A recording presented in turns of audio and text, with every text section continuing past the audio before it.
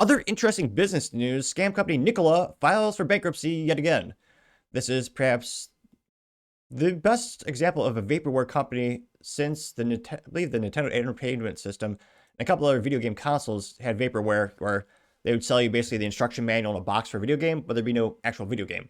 Very similar concept with Nikola, with their POS founder, when Trevor started to found the company. I say it because it was all vaporware.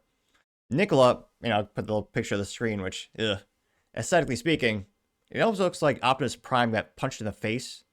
It's a bad design, on top of the technology not working. Now, originally, the whole speculation of why Nikola was everyone says it's going to be $1 billion company. They claimed to have a very proprietary technology to manufacture and distribute hydrogen fuel. Because again, one of the biggest reasons that technology has been around for decades, one of my favorite books is called Driven. It's about BMW. That was written about 2000 era. They already had working hydrogen prototypes. The issue, the bottleneck of the adoption rate for hydrogen technology for automobiles, not only is customer preference, but it's the distribution and manufacture of the hydrogen. That's been the thing. Now, Nikola claimed they have a magical new process to manufacture it for a fraction of the cost. Which, again, if you could manufacture it for next to nothing, relatively speaking, and distribute it at an economical level, you would have, would have been one of the biggest impacts in the auto industry, perhaps in 100 years. However, a couple years in, it turned out to be all vaporware, didn't exist. Then they tried to pivot. They ousted the founder, and they tried to become an EV company. It also failed, obviously. So this is their second bankruptcy. Now, this is credited thanks to Akish, who's a writer at Reuters. They say, quote, Nikola goes bankrupt to sell assets in latest EV market turmoil, which, as much as I'm not a fan of EVs, I'm a guy where I will only have cars or SUVs or trucks with 3 pedals, also known as manual transmission. I am a gearhead. I love the experience of downshifting to a corner. That being said, this isn't because it's an EV company, it's a crap company. You had corruption from the beginning, then you had bad leadership, and they tried to become an EV company and they couldn't. Also, EV semi-trucks is a ludicrous idea that's not at all conceivably physically good idea. Because again, the more heavy the payload, the less range you have. The only use case there ever is for right now, again, my magical technology tomorrow, but the only use case for an EV semi-truck is where you have something that is very bulky but weighs basically nothing. So that way you don't have a big decrease in your towing capacity or your range. The only example of use case I can think of right now would be chips, like Frito-Lay products, where the bag, it's mostly air or technically nitrogen, or, you don't want it to go stale. So it's not technically air when you look inside a corn chip bag, but that's the only use case where I can think where it weighs basically nothing, but it takes out a lot of space when you're transporting it. To me, that use case makes sense. And lo and behold, Frito-Lay did get some contracts with Tesla for the semi-truck years ago.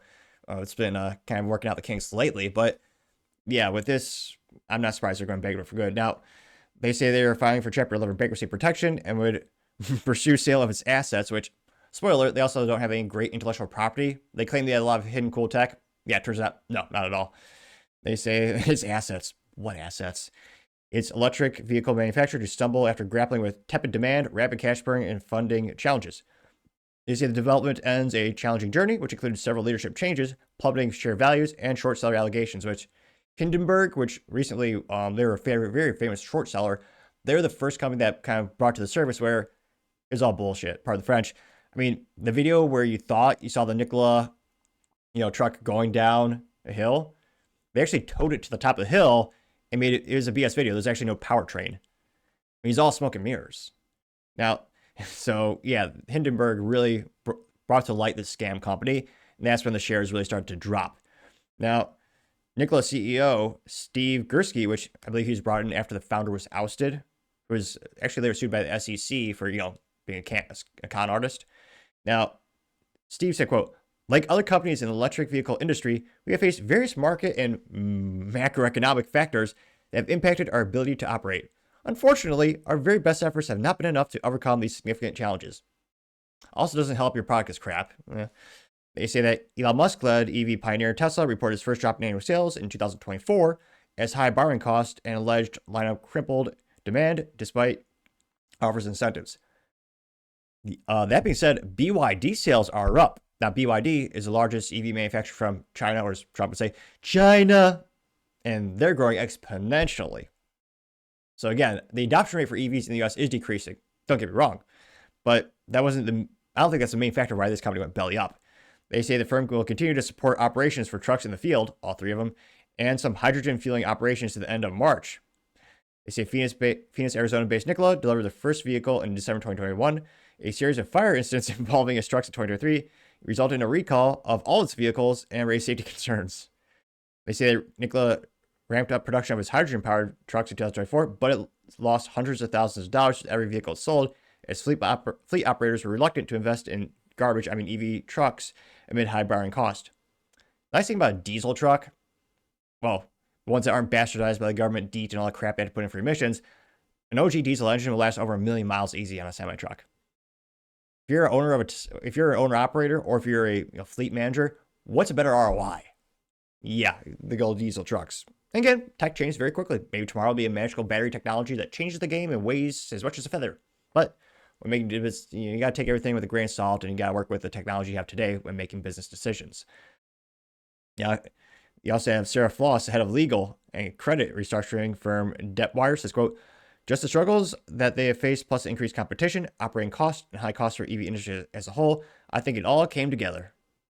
Yeah. Now they say in terms of finances, the company, which had said its Coolidge, Arizona manufacturing facility could produce 2,400 trucks per year across 3 shifts, listed assets between $500 million and $1 billion, and estimated liabilities between $1 billion and $10 billion. Jeez Louise. That is an eyesore of a truck. I'm sorry I have that on the screen right now. Now, they see Nikola's cash and cash equivalents dropped sharply to $198.3 million by the end of September, compared to the near $500 million it had at the end of 2023. The company also says entering Chapter 11 with $47 million cash in hand, which, for that size and scale of company, that's basically nothing. Stock fell between $1 per share. They also referenced a 2020 article by Hindenburg, which is the short seller, where they first brought all the BS to light. So again, the EV industry is decreasing, but I don't think that's the reason why this specific company failed. But let me know, do you ever hear of Nikola before? It's also kind of weak that they, basically ripped off Tesla's name and just using the first name of the guy. But let me know your thoughts, because as always, it'd be fascinating to hear what you have to say. Thank you, everyone, for taking the time to tune in today. Again, trying to get to 5,000 subscribers by the end of the month, so if you can click that button, I really appreciate it. Also, give me a thumbs up, thumbs down, or comment. It's a great way to give me some additional feedback, letting me know how I can make show better and better.